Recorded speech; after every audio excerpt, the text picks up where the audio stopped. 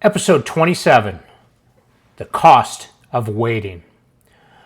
I used to think that one of the biggest risks in life was making the wrong decision, taking the wrong job, starting the wrong business, trusting the wrong person, just making the wrong move. But the older that I get, the more I think the biggest risk is actually something else, and that's waiting. Not because patience is bad. Patience is a virtue. It's a good one. I'm talking about a different kind of waiting. The kind where you know something needs to change, but you keep putting it off. You know your health is slipping, but you'll deal with it later. You know your marriage needs attention, but you'll deal with it later.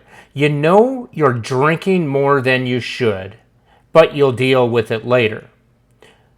Whatever it is, you know something feels off in your life, but you'll deal with it later.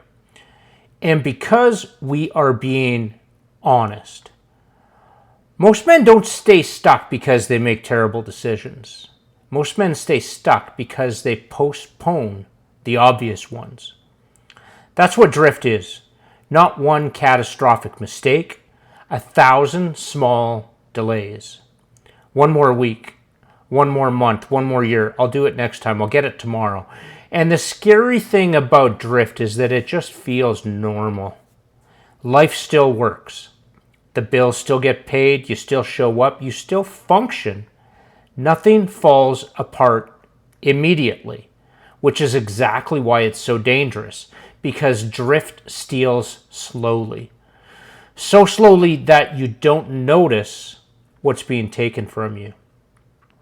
Until one day you do. One day you realize the kids aren't kids anymore. One day you realize you've been disconnected from your wife for years. One day you realize your body doesn't feel the way it used to.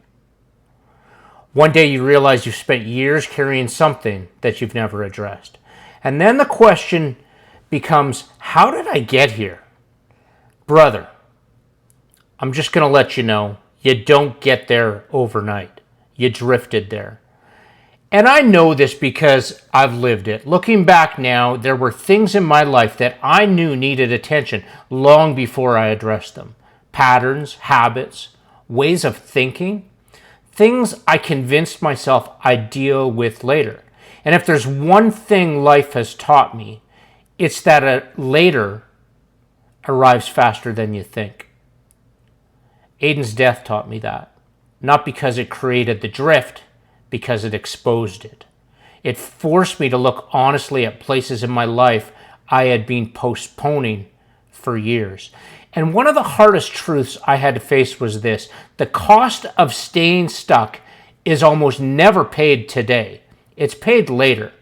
That's why it's so easy to ignore. The cost shows up in years. Years of disconnection, years of regret, years of carrying things you didn't have to carry, years of becoming someone you never intended to become.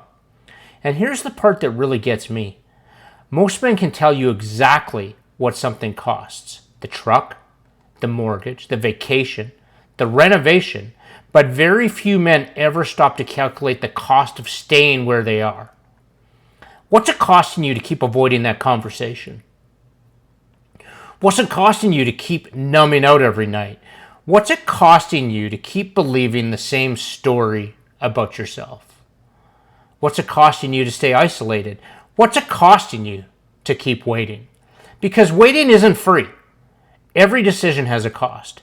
Even indecision, especially indecision. One of the most powerful questions I've ever learned to ask is this: what is this costing me?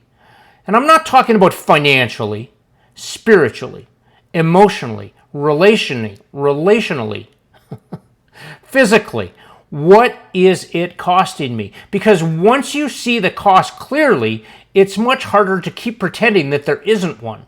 And here's some good news in all this. You don't have to solve your whole life today. We keep coming back to this. It's not about perfectionism. It's not about solutions. It's not about overnight fixes. You don't need a 5-year plan. You don't need perfect clarity. And you don't need everything figured out. You just need the next honest step, man. That's it. The next conversation.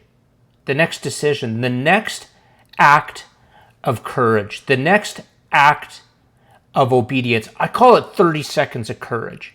It comes from a story I heard a long time ago from a mentor who had spent his younger years being a stockbroker. And he got to this point where he could make 500 calls in a day. And if you've ever had to do cold calling in your life, you know that for a lot of people, picking up that phone, it's like an 800-pound brick. You can't do it. And so he came up with 30 seconds of courage. 30 seconds to pick it up, dial the phone, hold it to your ear and say hello. 30 seconds of courage. Think about that.